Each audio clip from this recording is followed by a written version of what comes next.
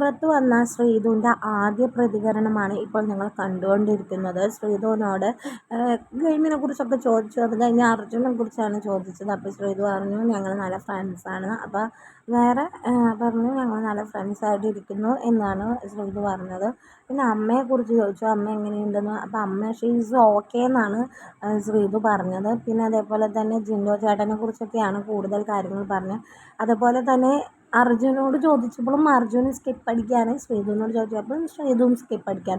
അവർക്ക് കുറച്ച് സമയം കിട്ടട്ടെ. കാരണം അവർ തന്നെ പറഞ്ഞിട്ടുണ്ടായിരുന്നു ലൈഫിൽ സെറ്റിലാവാൻ കുറേ ടൈം വേണം, 3 വർഷമൊക്കെ കഴിയണം എന്ന് ഓൾറെഡി പറഞ്ഞിട്ടുള്ളതാണ്. അപ്പോൾ അവർക്ക് ടൈം കൊടുക്കുക. വെറുതെ അവരൊക്കെ ഇത് ചൊറിയാൻ നിൽക്കാതിരിക്കാൻ നല്ലത്. നല്ലൊരു റിലേഷൻഷിപ്പ്, നല്ലൊരു ഫ്രണ്ട്ഷിപ്പ് അതിനെ തകർക്കാണ്ടിരിക്കുകയാണ് ഏറ്റവും നല്ലത്.